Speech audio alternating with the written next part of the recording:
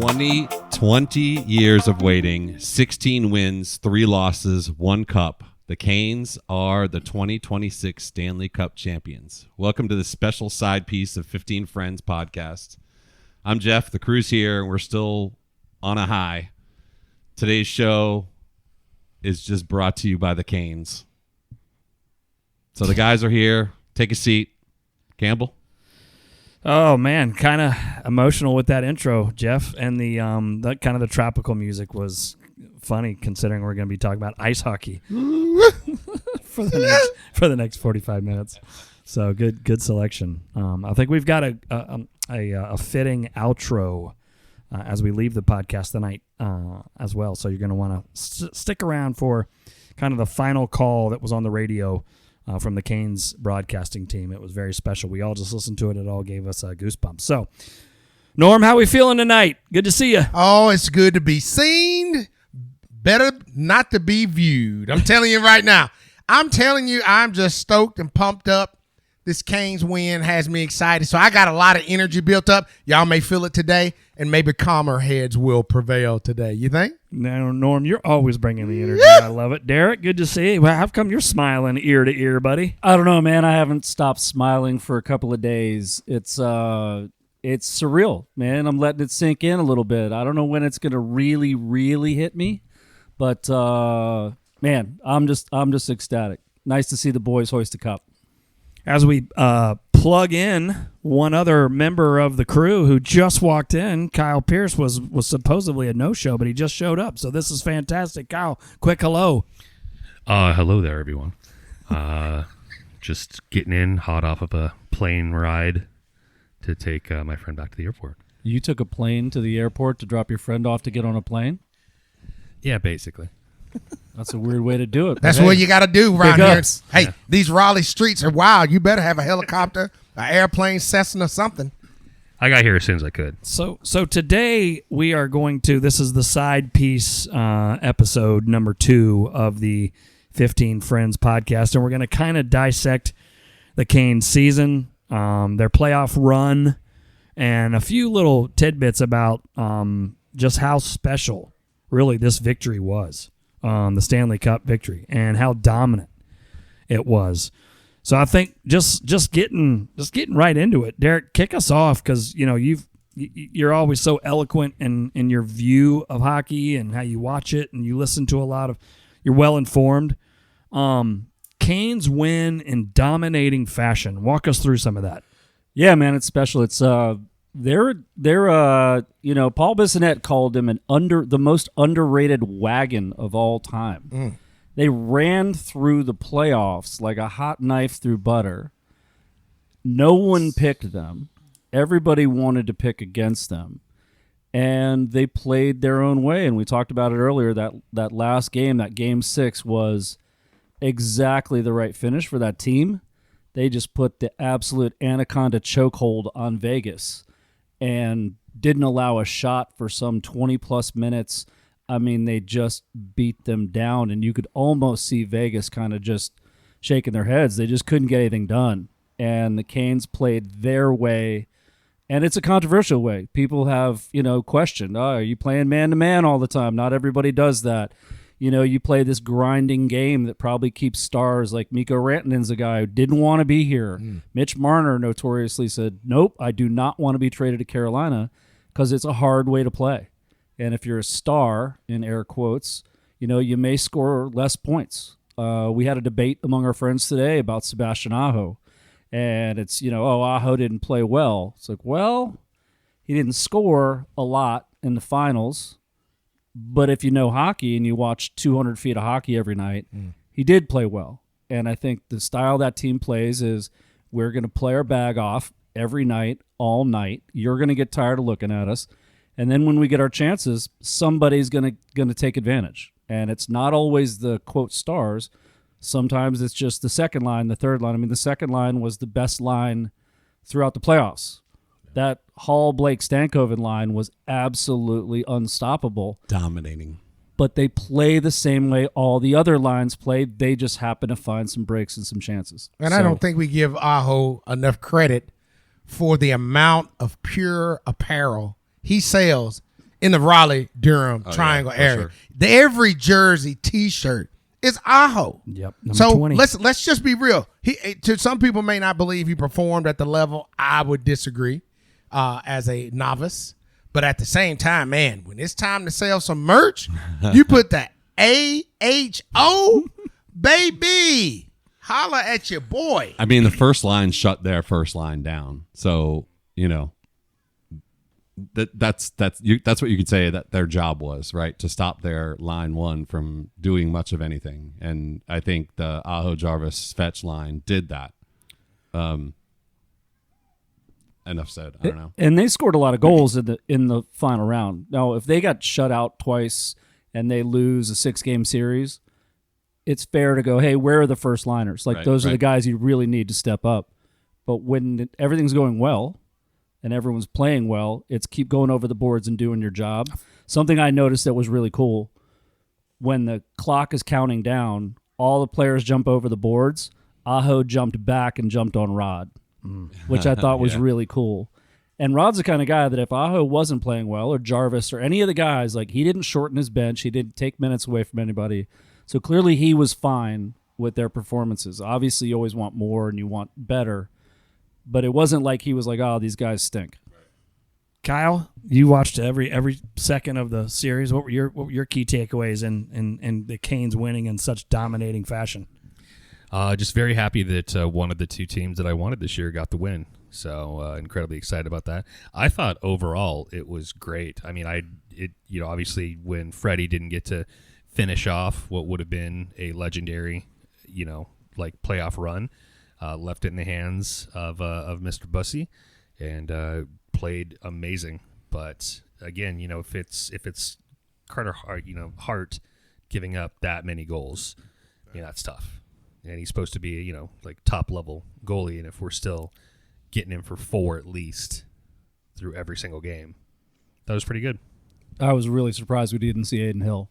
Really surprised. I think a lot of people were. Yeah, I think Torts got in it a little bit and drank his own Kool-Aid and was like, all right, I have to go with my guy. But I think at some point you just go, hey, man, you got us here. And they had a much tougher road, more games, hard series. 100%. At some point it's fair to look at a guy and go, hey, I get it. You're tired.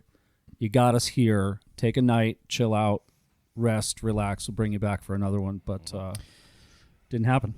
Jeff, describe your reaction. You were at a hang with a couple of these guys, and we were talking about it before we went live on the air. And Norm, I'm coming to you next about kind of what your perspective was on a few things. But Jeff, when the clock struck 0, talk us through what your initial reactions were and thoughts were.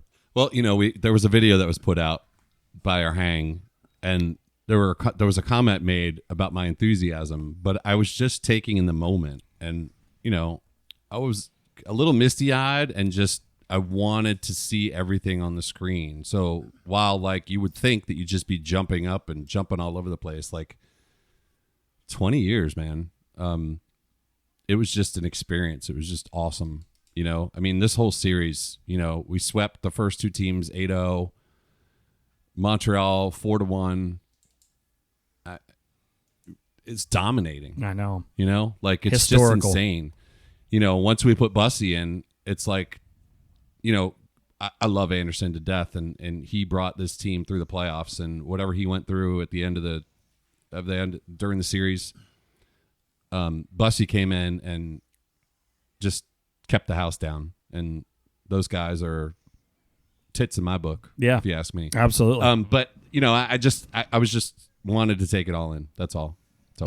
Well, and don't make no mistake. Come October, Jeff will be screaming, "Let's fucking go!" at jackhammer volume in my ear at games. So don't worry, he'll bring the noise. Let's go back 3 episodes on our podcast and re-listen to all the flowers we were giving to Freddie, and giving, and and at the time, absolutely, well probably calling him in that moment the best goalie on the ice, and well deserved, Man, we would not have done. And we'll come back to that. I've got it written down. We'll come back to that in a moment. We would not have gotten where we got to without Freddie's contributions. Everybody knows that. Norm, walk us through your experience of watching Game 6 in Derek's garage. kind of new as a big Caniac. Yeah. But what we talked about before we came on air. Yeah, it was crazy. I'm watching. I'm excited. I'm been in North Carolina for a while, but not during the first championship run. So I'm excited, and to watch Derek and Jeff and their reaction to what was happening was worth its weight in gold for me, because I've been at the Moose Lodge with Jeff, and he's screaming at the top of his lungs, "Let's go, Jarvie, where you at? Show up!" And he's screaming, he's giving them down the road, right? And I've seen Derek sometimes leave from after we watch the game, and it's like, man, I don't know what we're gonna do. And then the next day we get text messages like, all right, this is what we need to do, right? To see them be able to soak that in was really special for me, with them being my buddies, but to see them process that. And the second thing for me, I would be remiss if I didn't say it was literally like watching Black Panther. And what I mean by that is when Black Panther first came out, it was the first time me as a black man in America saw somebody that looked like me be the superhero. Amen. And I was really, it was something serious. We're talking about decades and decades of movies, right? But here you got Black Panther as the lead. To know that Chatfield and Miller helped every step of the way. When Rod gave a shout out to Miller of who came to this team that really kind of propelled them to the next level, the fact that he mentioned Keandre Miller meant the world to me, right? Because this is a sport that right now currently there are less than 40 African-born players in NHL. Of the 1,700 active players, there's less than 40. To know that two of these black men help propel major far, contributors, the greatest hockey team in quite some time. Because I'm telling you, from top to bottom, we're not talking about there are a couple of standouts. I'm talking about from top to bottom, man. Fantastic. And it was a very moving moment for me, also for that reason. So great opportunity to introduce the game to folks that don't know. My dad's watching hockey. He called me. He was like, man, can you believe it? You guys won. Can you believe it? Are you excited? I was like, dude, I'm completely pumped up, but it was awesome. I know. My mom is texting like, go Canes. And I'm like, what are you talking about, Mom? And my dad, when I showed up, my reaction, I was in Clemson, and you guys know that I joke about FOMO, and sometimes I call it JOMO, joy of missing out. But man, if there was ever a couple of nights that I've been truly missing out, I've been in Indiana all last week on business trips, and you guys were gathered watching the games, and man, that game 6 when y'all were all together, I was truly missing out. But got to watch it with Rowan and Kelly, and got just knew how happy we all were collectively. How happy we all were. And Foose has been talking about it so eloquently about how it's the one thing that really truly unites this whole town and the region. Yeah. So man, it just so happy. Kyle, you look like you were about to say something. Yeah, same thing on the FOMO. Being stuck in a Airbnb at the beach, just watching it on a little 32-inch alone. That right there was some 1%er problems. I know. I was I know. stuck. I think he at dropped. the beach. I think he dropped Beach House just to kind of. Yeah. Love that. Right. Thanks a lot, Hey, Killer. quick. The gather for the last game was not as big as we would have loved it, because sometimes life gets in the way, right? Yeah. Like people are traveling, people are away doing their thing. And midweek can be tough. I'm going to give a special shout out to our boy Mike Thomas. Of all of the hockey fans that I know, he was the one I wish I could have given a big hug to, because he is invested. He is truly emotionally invested. Yeah. He's one of the few of our group, of all the people I know really, who, like me, like a nerd, stays up and watches other teams, watches the Western Conference. Kyle watches the Western Conference because he's an Avs fan, and Mike's spending a lot of time in Seattle. He ends up watching a lot of hockey. He's a really knowledgeable fan, and I hope he was somewhere in Seattle where he got to hug a bunch of folks and go nuts, because that was to me, that was like the guy that I wish I had been able to, pick up and twirl around a little bit. One last thing before I change subjects here. Were you gonna say something, Jeff? No, I had a couple questions too, but we'll wait till the end. While I was watching the game, they kept showing Tortorella, the Golden Knights coach. What? He was Previous coach. He was previous coach. He's already. He was wearing Canes colors. He had the red tie and the black suit. You remember in Raleigh, he was wearing a gold sport coat. Yeah. And he went on TV and said that, no, I left the suit in Raleigh because we're coming back to win the cup here, whatever. But as soon as the camera panned to him and he was wearing the red tie, the white undershirt, and the black suit, I looked at Kelly. I went, the cup is ours, baby. By the way, did you see the social media stuff from the Canes about Tort's clothes getting returned? Oh, yeah, it's just a it's duffel incredible. bags full of Cane swag and some underwear, and they'll get to it when they can. They're a little busy right now. Oh, I love it. Oh, I love so it. good. So, segue. Winner of the Conn Smythe, the finals MVP, was none other than Jordan Staal. A few months ago, we all also occasionally go out to breakfast on a Friday morning, and we went downtown to a bagel shop. And in the bagel shop, we encountered Jordan Staal. He and his wife were in there grabbing a bag of bagels, and they bolted. So it's kind of funny that we run into him in town. But oldest winner of the Conn Smythe Award, I wrote down. Conn Smythe winner was a no-brainer. Kyle, jump in. Let's go around the horn. I mean, what about Jordan Staal? Holy shit, and what he's meant to this team. Oh my God! This was I said it at the time. I think that he's going to ride off into the sunset on that one because he was playing like that was his last series ever. I mean, I absolutely loved it. And I mean, he gave us so much, not just the goals, but just in there being physical, kind of running it. So I thought absolutely no brainer on that one. I think that, but also overall playoffs MVP still kind of stanky. Also, I think that he was very, very good for the rest of the playoffs as well. But for the finals, definitely Staal. Yeah, I mean that diving goal alone tells you a whole bunch, right? Stank had 11 goals. Staal wasn't the flashiest guy, but he was always the guy. And it's funny because I'm sure Derek's going to bring this up. Previous years, I was always talking about Staal as the old man. Old man. But I love him. He's well deserving. I mean, that Staal family. Derek jokes about the things we probably can't say on this podcast about the genes in that family. But I mean, the genes in that family. It's crazy. Yeah, he's well deserved. Yeah, I'm gonna drop the PG version. A prominent podcast we mentioned a lot on here, Biz from Spittin' Chicklets, once said that he would allow Mr. Staal to impregnate his old lady. He used more colorful language because all he makes is studs. And those big boys from Thunder Bay, Ontario.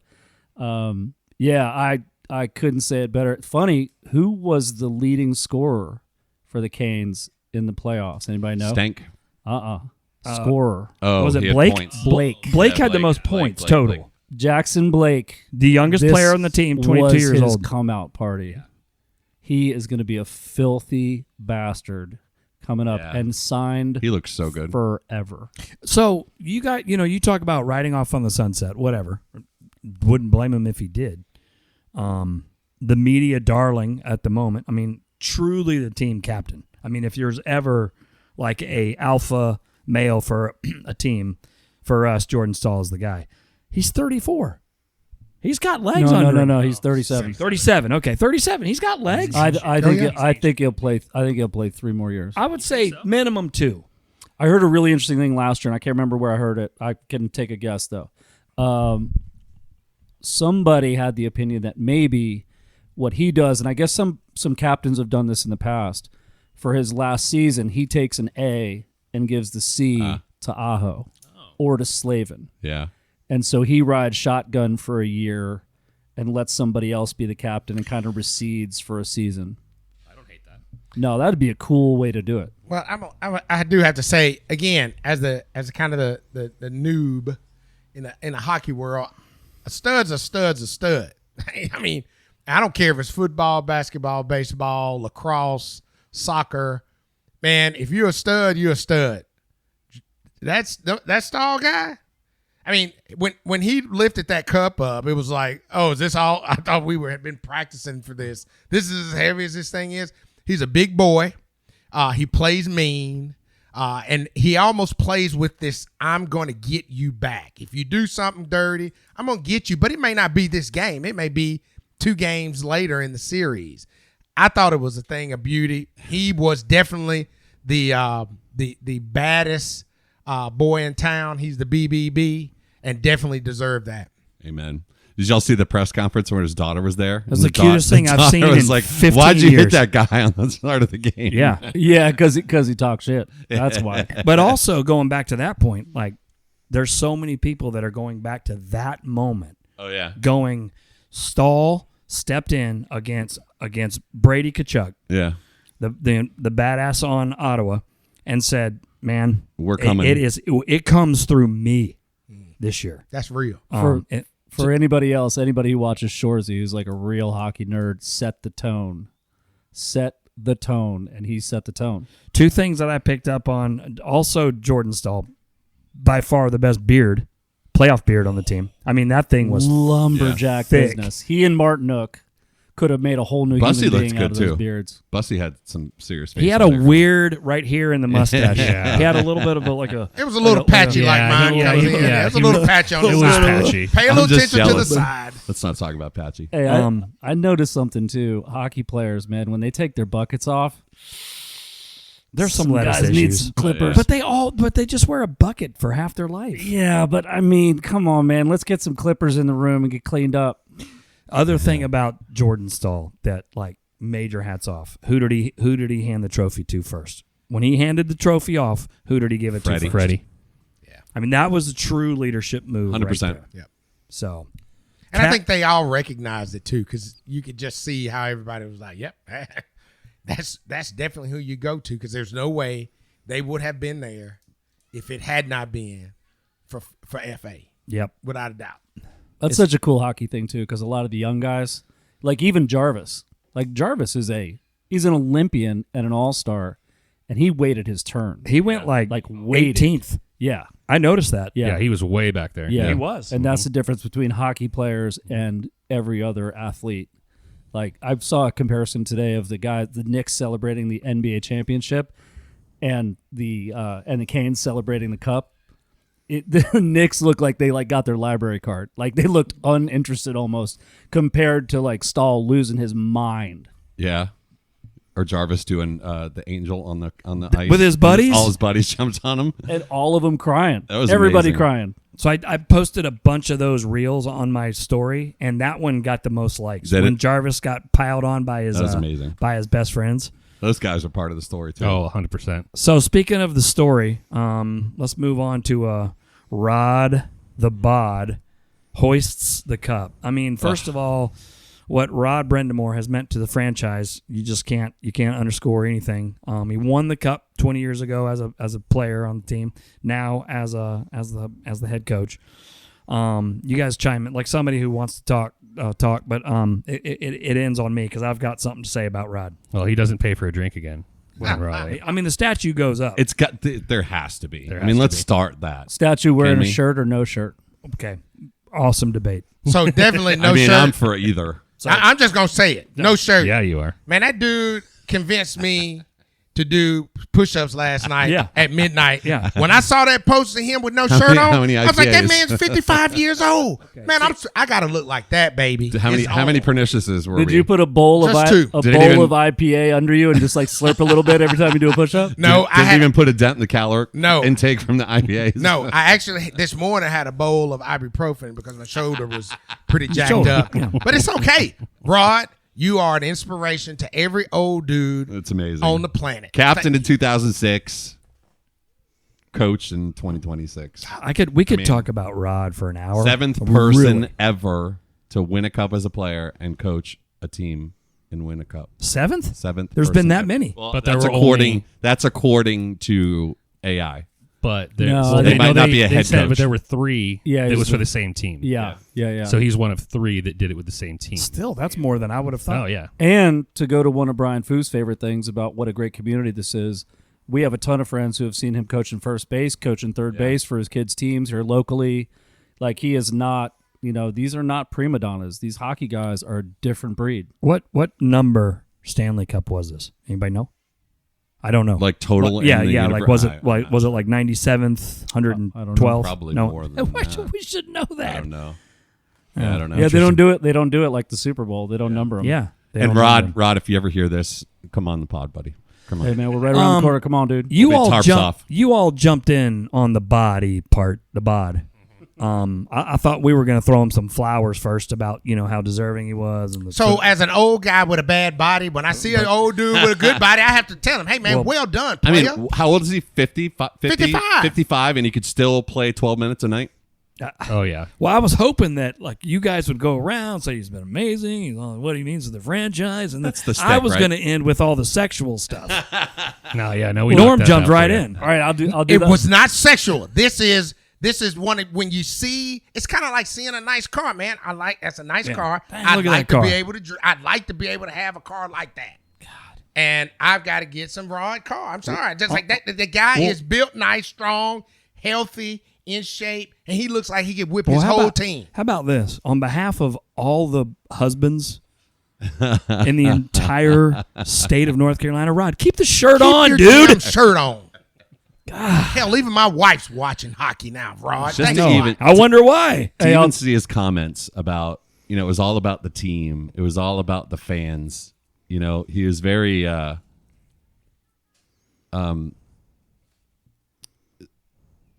he didn't try to take any credit for this himself, which of course he wouldn't. But I mean, it was all about the guys. He was very emotional about his guys finally getting there and what this night would mean. I mean, what's the story that's coming out now? Is they were lifting bricks or something that were weighed the same as the cup? 35-pound center block. And they didn't understand why, and then they kind of got it on the night they won the cup. Yeah, that's amazing. That is truly amazing. And I'll do the hockey bit a little bit in that. Yeah, jump in. The way that the team plays is a reflection of how he played. It's a reflection of how he thinks the game should be played and respected. And so I think that's part of what's so cool. But even you'll hear it at the end when we play out, the Tripp Tracy and Mike Maniscalco piece from the radio. Tripp says it. He says he wanted it for these guys because he knew it would change their lives. And now their lives are changed. And it's just something like they're bonded forever in brotherhood. That's pretty amazing. Yeah. So are Tripp and Maniscalco. I'm serious. 100%. I mean, they're bonded and we're the brotherhood, I think, which I love. I think Tripp. Never mind. Tripp, come on here. Tripp, come on our pod, buddy. So I have to ask this question though: of when do we start? And what I mean by that, when do we start tearing apart the team? Well, so that's the because these things happen. Whoa! That's the next bullet. Oh, have I jumped the gun? You're perfect. Okay, your segue's amazing. I just so I had some points. I was like, we've got this young core of guys. We got Stank, we got Blake, we've got Nikishin, we've got who's the other young Jarvis, and then we've got the acquisitions that we've just received, like Keandre and like that trade for Keandre for Morrow and 2 picks. Thank you. Yeah, New York was done with him. Yeah. Like they had no use for him. And my cousin, Sean Dennehy, shout out to Sean up in Boston, sent me a funny message during the game after Taylor Hall scored. He's like, yeah, we had no use for him. Like when last year finished, I was all set with Orlov. I was all set with Burns. Like, cool, thank you for what you did. Yeah. But we can see the end. There are no players on this team I want to be rid of. And in fact, there are a couple young kids in Chicago, like Nadu and a couple other dudes. Mike Riley comes in and does a little spot duty when Nikishin's banged up, like the ultimate pros pro. So I don't see anybody on this team I want to get rid of. What I want to see is an Eastern Conference Finals in next year, and I want to see Florida or Tampa. Right. I really want to see Thank Florida. you for Revenge. that. Yeah. Like okay, now we did it. Now, although let's see how we recover. This is a grind. So who do you think sitting at home right now? Florida. Like, damn, I wish I was still with the Hurricanes. All of like them. who? Nietzsche's. Name them. Nature's Drury. Yeah, Burnsy. Kuznetsov. Yep. I mean, Nuts off. have fun at the Stars, buddy. You didn't want to be here. Yeah, Randon's been in the Caribbean for 3 weeks. Yeah, exactly. As Charles Barkley You would didn't say, want to play here, send him huh, to bud? Galveston. Yep. No, I had literally written down bullet point 4 is team is built to last a few of these. I think the we tough might part is see Anderson leave. He's a free agent now. Yeah. I don't know what's going to happen to him. I hope he doesn't. But Bussi was kind of brought in as our future goalie. We've got PK sitting on the bench. I don't want Anderson to go anywhere, but do we continue to ride 3 goalies? I don't know. Yeah. let's play this one out. Let's say Anderson. Why would you leave? But if Rod goes to you and says, look, man, Well, it's towards the end of your career. It's now, not brother. Rod, It's though. Bussi's. It's not Bussi's Rod. chance. it's not right. Let's let Bussi have 60 to 70% of the starts. Anderson, you come here and cush it a little bit, and keep fresh, keep a veteran presence, all those things. Anderson could go like, yeah, I don't want to go do 80% of these. Right. I don't know. It's a compelling. Do you think he's that kind of personality? You all know that world more than me. Is he a personality of, hey, I want to stay with the team. I would love to try to win a back-to-back. Like, is he that guy, or is he I need to be the guy and I need to leave? But I don't know if it's his choice. That's the thing. Is our GM is very stat specific, right? Derek, you can probably speak to this way more than I because you're a sports almanac. But I don't know if it's his choice. Well, he's a UFA, right? So he is not under contract. No, anymore. he's a complete free agent. right. And then you've got Kochetkov. So what do you do with that guy? What do we think of him, though? I don't know. No, we like him, but he's a young guy. He needs more game reps. He I like played his very well. aggressiveness. Yeah, he played very well for the team a couple of years Yeah. ago. He was hurt all year. I had a weird thought today. Bobrovsky is a UFA. We went after him, apparently. Well, That's the story. hear me out. Bobrovsky comes in. I think the days of a 60, 70 game goalie are over. I think all the teams now are splitting time. There are very few guys who are playing, 3/4 of the games anymore, which is good probably. So Bobrovsky and Bussi, and then Kochetkov is trade bait. I think that makes a lot of sense. I think we're in not just like a really cool spot. Let's just say we look at just the core. I love where we're at. They're all signed forever. All signed for And they're all signed at bargain prices. Yeah. The Canes did this with $11 million in cap room. That's Which is bananas. insane. There's no other sport I think you could even pull that off.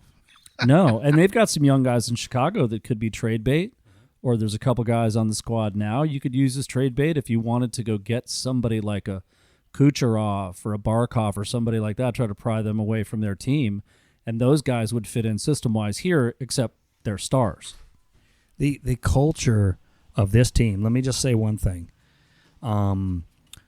I used to not be able. I could not stand Rod's demeanor when he addressed the team in the locker room. It made me. It gave me anxiety. Tell me more. I need to know. Watch him the next time he addresses the team. Do you watch these things, Norman? Norm, it's so. He never stands still. It's like he just took a shot of adrenaline, and he just can't, like, his heart's racing 1 billion miles an hour, and he's pacing and everything else. It finally all made sense to me. The one that I watched before game, I think it was game 5. Game 5, he came in and looked at everybody. It was when he allowed Eilers to announce the starting 5. He came in and just, like, he didn't say anything, and he was like this Wolverine on crack. I swear. And he looked at everybody and just said, "We're ready." And it was like, he said, "You're ready." And he said, like, aggressive, hard, whatever. He said, like, maybe a total of 7 words, but it was all so precise and so spot on. The guys knew what to do. Rob Takar in the house. God, Dude, by the way, I'm all what- fired up right now. You just reminded me of something. I heard a great Ehlers story today. So it was Trip Tracy was telling the story about Ehlers' dad. who was the first guy from, where's he from? From, Ehlers? yeah. I think, isn't he Norway? Isn't that who the soccer player came to watch? Yes. He was the first guy, his dad was the first guy ever drafted to the NHL from, I guess, Norway. Yeah. And his dad's on the ice, and he said, and there were all these rumors about the fact that Ehlers left Winnipeg because he wanted more minutes, he wanted to be the guy, he wanted to be on the first line. And the dad said it means so much to him that Rod trusts him in defensive roles, like on the penalty kill. And the plays that guy made, that one play where he lays out and breaks up a pass that's clearly to an open guy who's staring at open net, like Ehlers was an absolute demon. Like that guy should not be undersold in this series. Like he was incredible. Anybody? We got Slavin with Olympic gold and a cup in the same year. Come on now. Let's go. It's been a heck of a hockey year. Yep. And to be in the Triangle area, to know what it could be on the horizon for Raleigh-Durham over the next 4 years, maybe even Major League Baseball, maybe something else. If I was someone with influence and cash and I wanted to invest in a city, man, give me Raleigh. Put your poker chips in on Raleigh. Slide them in. I mean, the way the people covered up every watch party, they're selling out within minutes. The way they covered up Moore Square, the way they were at Sleepy Hollow or Smoky Hollow on the other side of Raleigh, like everybody and their mother was watching hockey, even if they didn't like hockey. Yeah, and that speaks volumes to this area. Speaks volumes to what the Hurricanes were able to do to a fan base. Can we make it easier to watch hockey, please, in the Raleigh area? Pretty please, with Sugar on Top, so they don't have to pay $20 a month for a network app that I only watch lovingly 4 months out of the year, 5 months out of the year, and then continue to pay for all year long. FanDuel Network that's clearly run out of a dorm room from NC State because it's pixelated half the time. It's gotten much better since it was the other one. What was it? What was the other? I forget what it was. Bally's. Oh my God, that was trash. So the kid on the third floor ran Bally's, and he sold it to the kid on the fourth floor. Yeah. So the network got a little bit better because it's a little bit higher. Signals a little bit better. Yeah. I love it. Oh, broadcasting jokes. I am Have like, fun with that. By the way, Frank, this is Jeff. I am like handcuffed to Spectrum because they show all the Canes games and because I get free Red Zone. Shout out Spectrum. So last question, or before Jeff, get your soundbite queued up here momentarily. But last question, I think I know the answer. I don't think it is the case, but there's probably some that won't admit that they are. But is the hockey world stunned? I mean, I think most of the guys on ESPN had to eat some of their comments that they said throughout the year. Yeah, 100% on that. Look, I don't blame them, right? Like, if you know hockey and you know the curse that we've dealt with for the last 8 seasons, I think, like, why wouldn't it be the same now? But it's not, and we got the cup, so suck it. So, hey, Dad, that was Jeff. Hey, Mr. Cox, this is Norman. I know you recognize my voice. Listen, here's my piece, right? The fact that this team went 16-3 in the playoffs, and the fact that the New York Knicks went 16-3 in the playoffs, I didn't know that, speaks volumes to the uniqueness of this sports season. That's where I'm going to leave it. I think a lot of people were surprised at the Canes. I think people were surprised at Bussi when he stepped in. I think people were surprised at the city and the people and the fan base and everybody who loves the Hurricanes. I think everybody was surprised. So my message to anyone who doubted Carolina, don't. Love it. I mean, I got to say, I'm probably eating a little bit of crow. Not that I doubted them in any way, shape, or form, but there were a lot of comments like, we've got this great roster, but we don't have a killer. And y'all proved me wrong. Like, shouts out to the 15 Friends research department that Norman apparently has employed. No kidding. Because bringing heat with statistics. He also was the one that just mouthed to me that this was the 109th Stanley Cup. So, well, geez, occasionally, he's got Google. Occasionally when I am not full of different types of beverages. I prepare ahead of time. No, I think my comment about the Canes would be it's a validation of the style of play. The reality is, though, that Florida's been playing that way and just beating them at that style of play for a couple years. It's validation that you don't have to have a number one center. Poor Connor McDavid trying to drag a team to a title can't do it. Right. And a lot of people said, I mean, Merle's from Spin Chicklets podcast was like, you need a number one center. You need a killer. Well, you know what? Those guys don't want to come play here because it's hard to play in that system. You don't want to score 50 somewhere and then come here and score 32 and back check for 82 games. It's not fun. I think the guys that we added in the off-season really added to the physicality that we needed. We've seen it in the previous years, especially in the Eastern Conference Final, just getting out-bodied. And I think the guys that we added this offseason helped out in that department. And you saw that in the first two rounds of the playoffs where we were clearly outmatching the opponents and bodying them. I mean, that first game of the first series, I mean, I was like, what is this team that I'm seeing that are just checking people through the boards? It was amazing to see. So I just have to say this. We talk about killers. Really, would we rather have one Michael Myers or 20 Freddy Krugers? Ooh. Like, give me all the Freddys, right? Give me Freddy Krueger, 20 of them that you never know what you're going to get, versus one guy, he's a killer, but he's got a machete. I mean, Edopa's got a machete. Walker, Carrier, Robinson. Man, Walker and Carrier especially played like absolute demons. I'll tell you my last little takeaway in this. Jeff, you ready to cue it up? Anybody got anything else? Rob Takar walked in here a moment ago. Golly, you smell good, dude. No kidding. God, that's sweat, too. That's how he smells when he sweats. That's Robert's natural musk. Holy macaroni. God, you smell good, dude. You get on the mic, bro. You've got to say this. You've got to get on the mic and say this. Get on the mic and say this. That was you told me this earlier Rob. today. Tell us. Hustle, it's a timed show. So Shane Gossesbear, Union College alumni. Yes. Shout out Union College. Yep.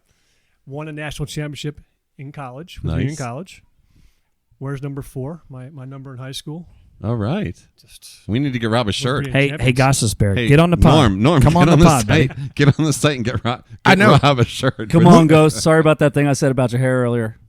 Hey, and the fact that you all went to the same college, Union College. Yeah, man, that's an in. That's an in. Hey, get on here, man. Hey, Rob, do you want to explain where Union College is for people who know where regular colleges are but don't understand? Sure. Schenectady, New York, had the highest crime rate of any of the 5 boroughs of New York City in New York. The 6th borough? Is that where you went to college? That's a nickname, yes. I just like hearing Norman say Schenectady. Schenectady. It sounds like a pasta dish that got burnt. Or a venereal disease.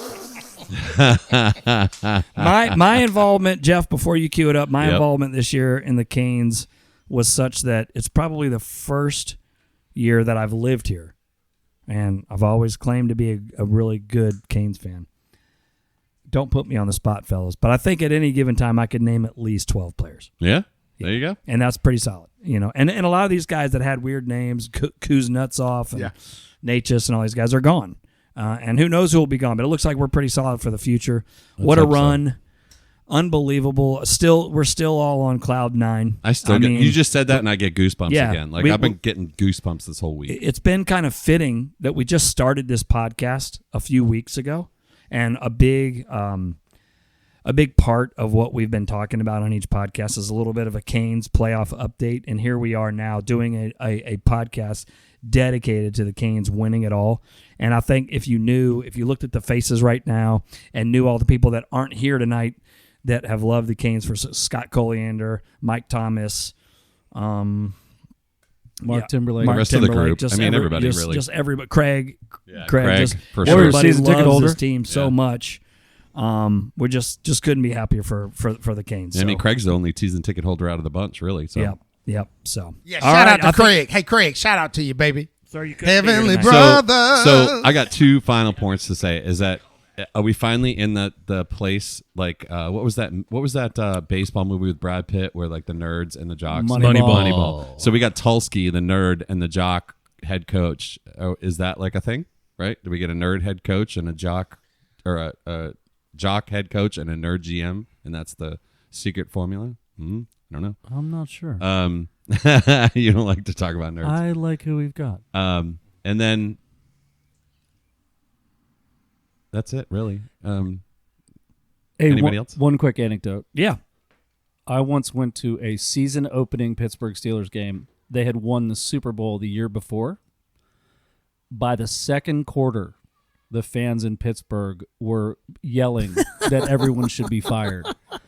So, hey, Canes fans, enjoy yourself. Let the body get cold. Correct. Relax. Your boys are going to be hungover for like a month or two at the beginning of the season.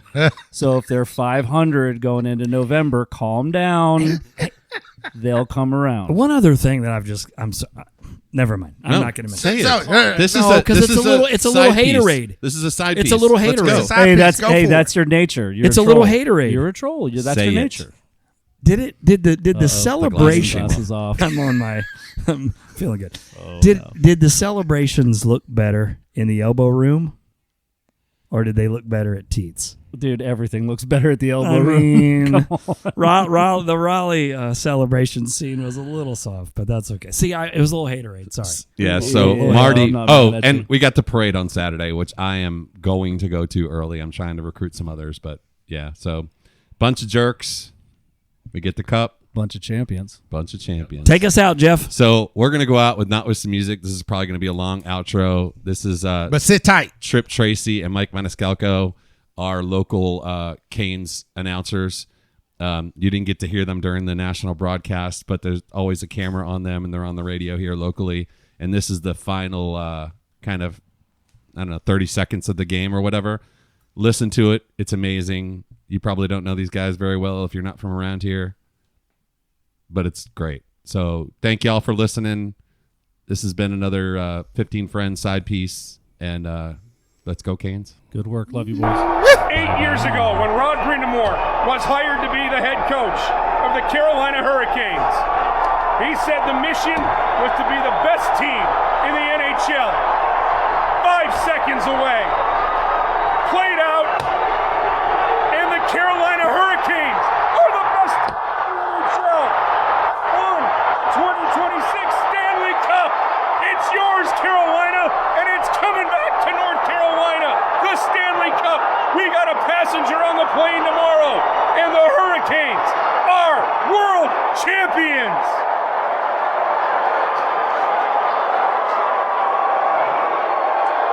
Pinch me so I know this is real, and just not the perfect dream.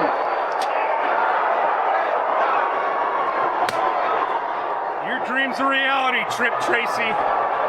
The Canes are the champions of the National Hockey League. They will walk together as legendary brothers for the rest of their lives. Best coach in hockey that hoisted the cup 20 years ago. He knew that hoisting that cup would change the lives of the guys that he led. And he wanted it so badly for the group that he coaches, because he wanted their lives to change, and they're going to. I can't believe it.